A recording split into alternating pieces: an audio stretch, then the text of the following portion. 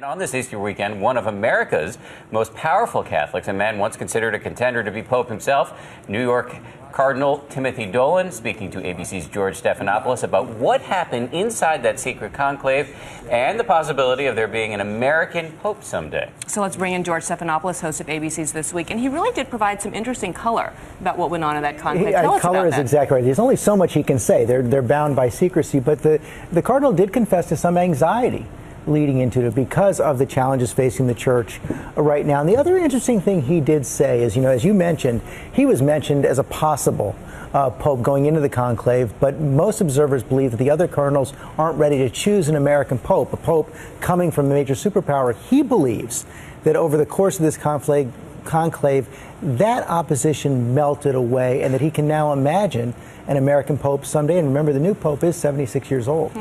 That is a fascinating development in this church. Let me ask you about something a little bit more earthly, American politics. There's a lot of ink being spilled this morning, although I guess in the age of the internet we shouldn't say ink being spilled.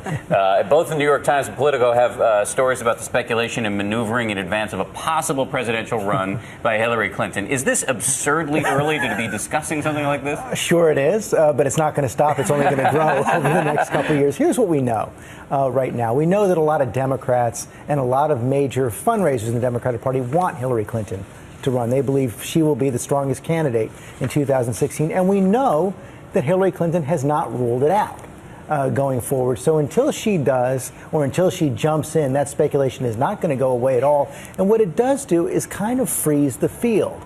Makes it much more difficult for other potential candidates like New York Governor Andrew Cuomo, even Vice President Joe Biden, to get the kind of support they need because she's out there as the 800-pound gorilla in the race. You're watching her every move. All right, George, great to see you. Thanks, guys. Yeah, you might get in trouble for calling her 800-pound gorilla, but no. Metaphorically. Not literally. Just kidding. No.